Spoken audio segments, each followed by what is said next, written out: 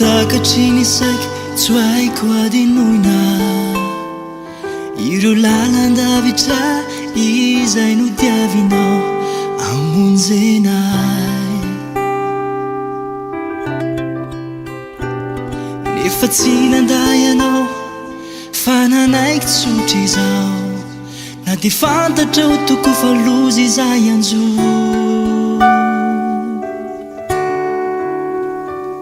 tsy ho takatry ny saika tsy haiko adinoina ireo lalandavitra izay nodiavinao namonjenay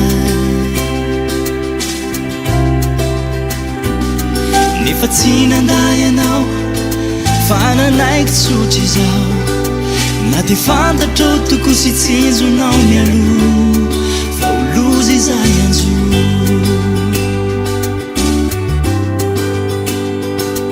fanangidina fahitra jesosy io ninentinao tety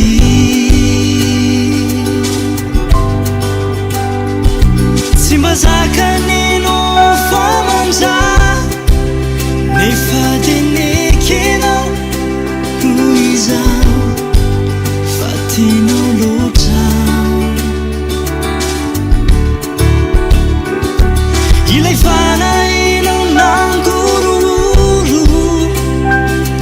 nivoatrany vatanao manotoy voakapoka terozao iay niany azoko atao